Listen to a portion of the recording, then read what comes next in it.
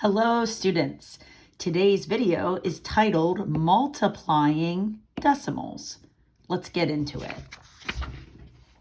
So our first example, we're going to take 43.7 times 8. Now, we could leave the decimal point here in 43.7. We could leave it within the problem, but I think it's easier when multiplying decimals to take it out, work out the problem, and then float it back in. So here's what we're going to do. Instead of writing 43.7 to do the work, I'm just going to write 437. Then times 8. So I'll put the 8 here on the right. And we'll go ahead and multiply these two numbers. So let's start here on the right side. 7 times 8 is 56. So the 6 goes down and we carry up the 5.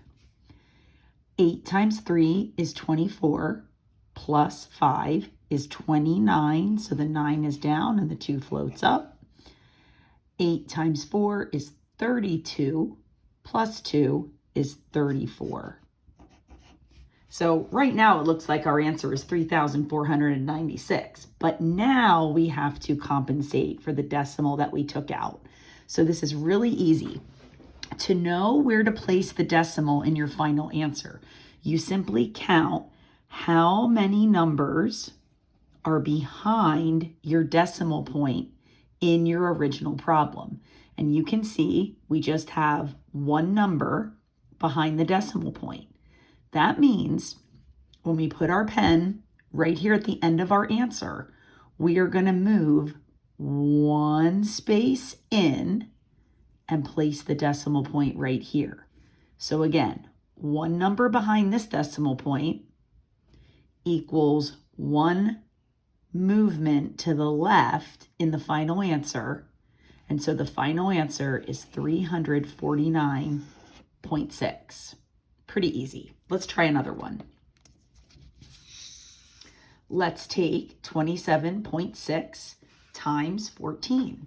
Okay, again, let's take the decimal point out to do the work. So we'll write 276 times 14. Again, we always want to align that bottom number. We want to align it to the right. And let's get into it. Okay, we start with the 4. 4 times 6 is 24. 4 down, 2 up. 4 times 7 is 28. Plus 2 is 30. 0 down, 3 up. 4 times 2 is 8. Plus 3 is 11. And then what I like to do is, since we've taken this 4 all the way through the top, I'm going to cross it out. I'm done with it. And when I cross it out, right underneath here, underneath this 4, I'm going to put a 0. That kind of indicates to me I'm done with this. I'm done. Now I'm ready to move to the 1. So now we're going to take 1 times 6. That's 6. 1 times 7, 7. And 1 times 2, 2. And now we're going to add straight down, because once you're done with the 1, you have nobody else on this bottom row to take through. So we'll add these two together. So 4 plus 0 is 4. 0 plus 6 is 6. 1 plus 7, 8. 1 plus 2, 3. Now we go back to our original problem. Find the decimal. There it is. And we have just one number behind the decimal point, because we don't have a decimal point over here. So that means we're going to scoot in our final answer. We're going to scoot our decimal point 1 to the left. So our final answer will be 386.4. Excellent.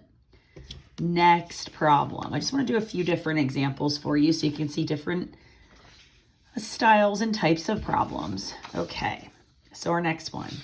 Oops, let me just cover this up here. Okay, we're going to take 4.25 times 3.4. Okay, let's take these decimals out. So let's bring this guy down as 425. and we'll bring this guy down as 34. Align to the right. Okay, 5 times 4 or 4 times 5 is 20. Carry that 2. 4 times 2 is 8, plus 2 is 10.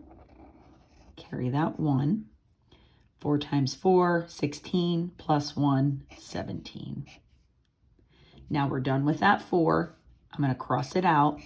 And right after I cross it out, I'm going to slide right here, put a 0, which bumps me in 1 unit to take my 3 through.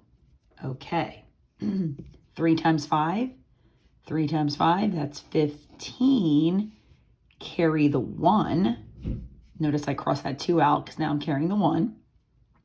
3 times 2 is 6, plus 1 is 7. And 3 times 4 is 12. So I didn't need that guy either. So once again, 3 times 5 is 15, carry the 1. 3 times 2 plus 1 is 7. And 3 times 4 is 12. Now we're done with that 3. We're going to add straight down. This is going to be 0.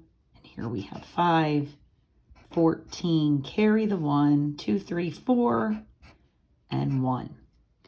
Now, when we look at our original problem, we have to count how many numbers are behind this decimal point. Well, we have 1, 2, and over here, we have another 1. So in total, we have 1, 2, 3 numbers behind the decimal points. So our final answer will start here and we'll scoot 1, 2, 3 to the left. So our final answer, 14.450, or we could just say 14.45. Excellent. Okay, now I have 2 last examples, but these are kind of special, which you'll see in a minute. And these are the cases of when you multiply a decimal, or really any number, times 10, or times 100, or maybe times 1,000. Something really special happens. And you may already know this from your previous studies, but I want to review it with you. So let's start with 3.7 times 10. Let's see what happens here. So if we go through the motions and do all the work, change colors here, we would have, well, we would take the decimal out, so we would really have 37 times 10. Okay, let's start with that 0. 0 times 7 is 0, and 0 times 3 is 0. And now I'm done with him, so I'll X him out. And when I X him out, I place a 0 right here. I bump in 1, and now I take the 1 through. 1 times 7 is 7, and 1 times 3 is 3. I add straight down, and I get 0 and 7 and 3.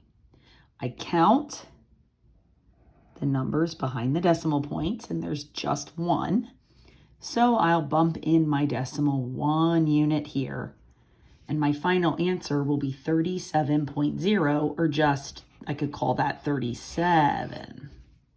Now, what's interesting about multiplying numbers by 10 is that every single time you multiply a number by 10, the shortcut, instead of doing all of this work, you can take your decimal point.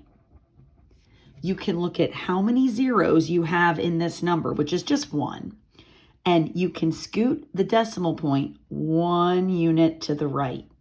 So 3.7, if you scoot that 1 over, you would be left with 37.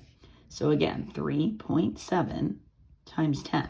You say 1 0, so 1 scoot, now you have 37, and you're going to get that same answer without all of this work. And of course, you know this works even when you don't have a decimal. Like if you were taking 45 times 10, well, you know that's 450. Again, that's because the decimal point kind of lies right here at the end of the 5. 45 could also be written like 45.0 multiplied by 10, 1 scoot to the right, 450. Kind of cool. Let's look at one more. Say we have 5.12 times 100. We'll do it out. Let's do it out the long way. So again, let's take the decimal out. So it would just be 512 times 100. So we take the 0 through. 0 times 2, 0. 0 times 1, 0. 0 times 5, 0. We cross that guy out, drop a 0 here. Now we take the second 0 through. Here we go. 0 times 2, 0. 0 times 1, 0. 0 times 5, 0. Now, when we cross this guy out, now see we have two zeros here, or 2 slots here that we've crossed out. So we do 2 zeros. And now we take our 1 through. 1 times 2, 2. 1 times 1, 1. 1 times 5, 5.